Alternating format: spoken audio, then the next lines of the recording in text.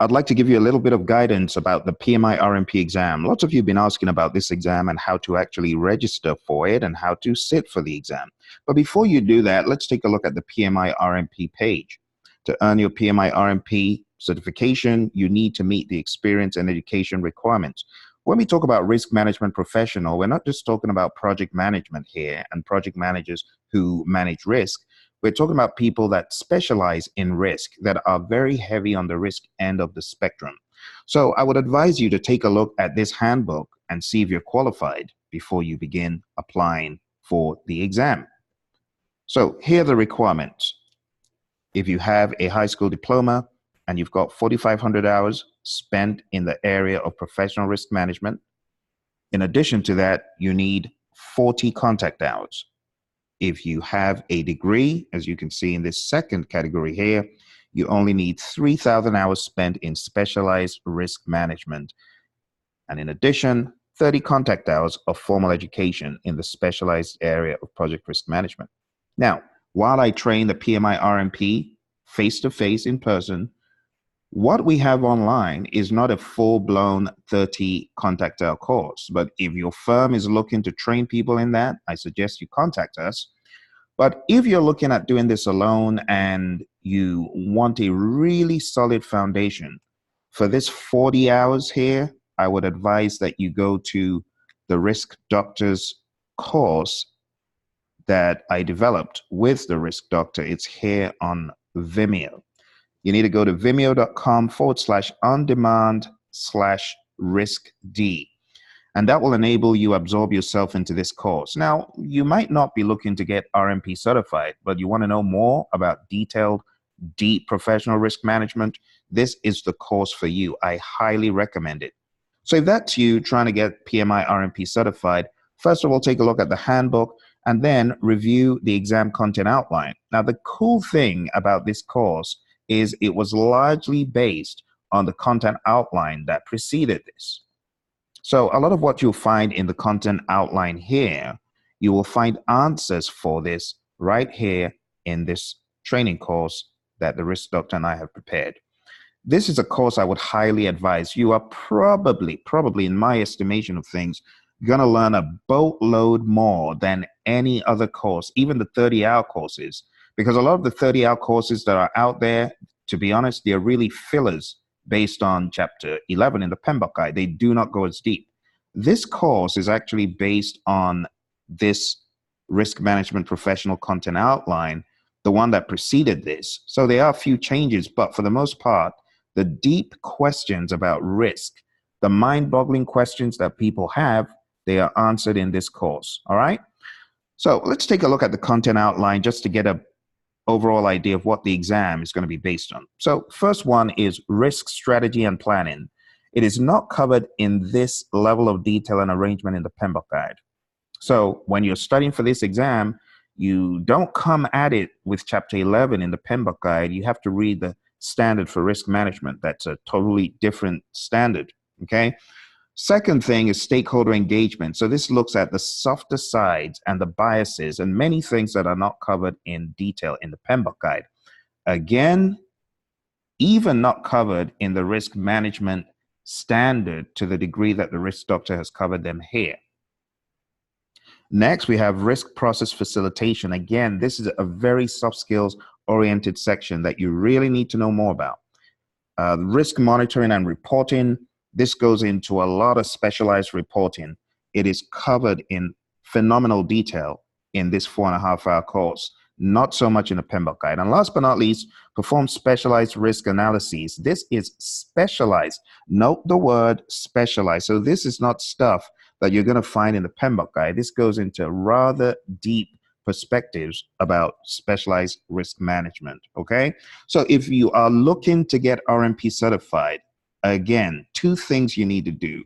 One, you need to go to the PMI's site. Go to the PMI site and go to the risk management professional page. Read up all you've got there.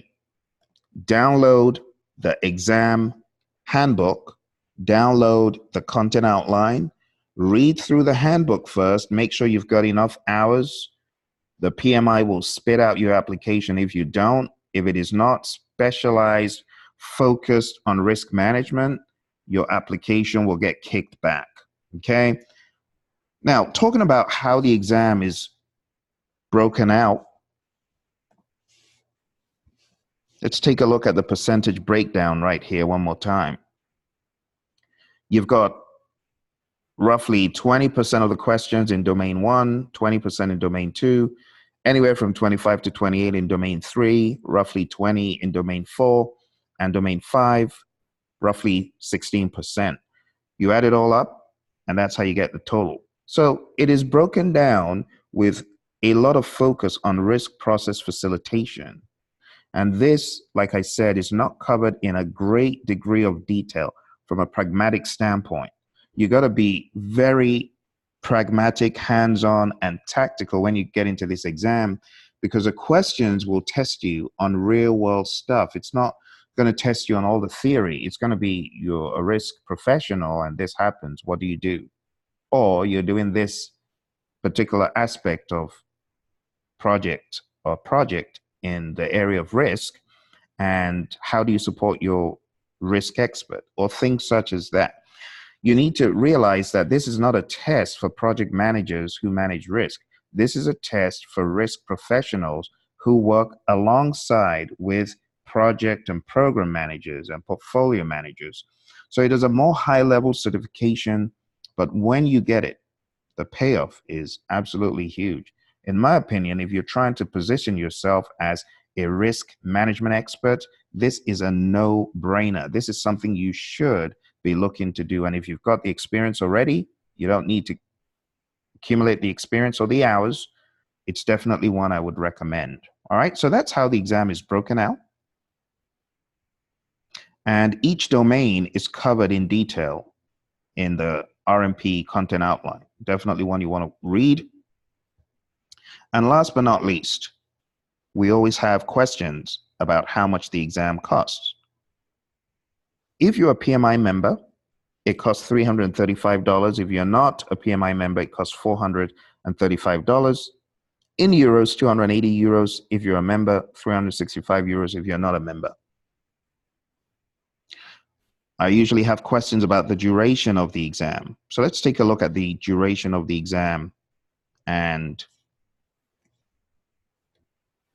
so the exam, again, is based on 170 multiple choice questions. 20 are pretest questions that don't count.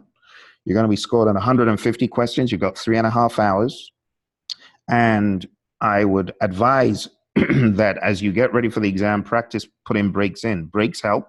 I believe taking a couple of breaks when I took this exam, it just helps calm you down and reset you. It's like a reset mechanism.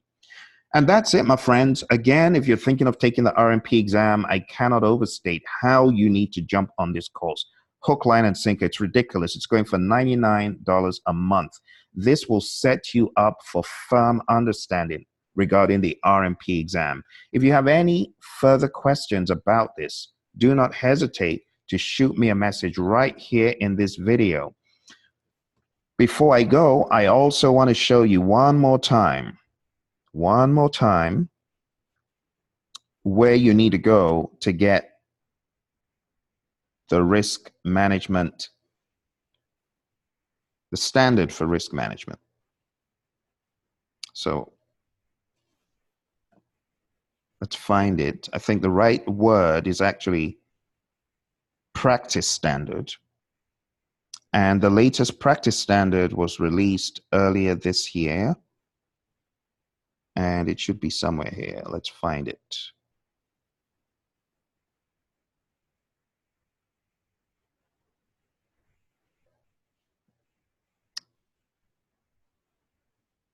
It's actually a newly released one. It should be in this list.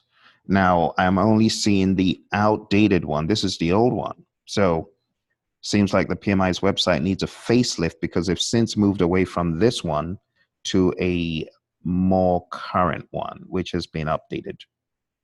So just keep that in mind. You want to look for the new practice standard for risk management as you study. So let me actually distinguish between these different editions. You know, like right now, the new, there it is, practice standard, the standard for risk in portfolios, programs, and projects is out. However, the exam that you're taking is not based on this right this moment. It only came out June 1st. So obviously it's going to be a while before the exam changes. The exam is still based on the old practice standard for risk management. So just keep that in mind, okay? But more importantly, you want to make sure you are looking at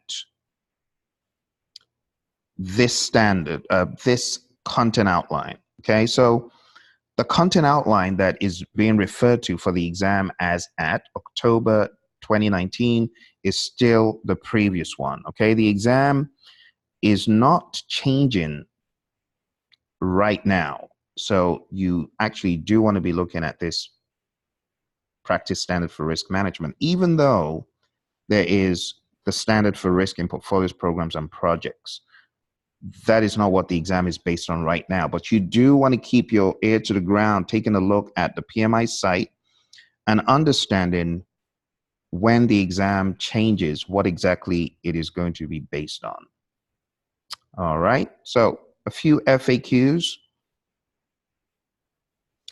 Do I have to be a PMP or CAPM to apply for other PMI certifications? And you already do know the answer to that is no. What are the eligibility requirements?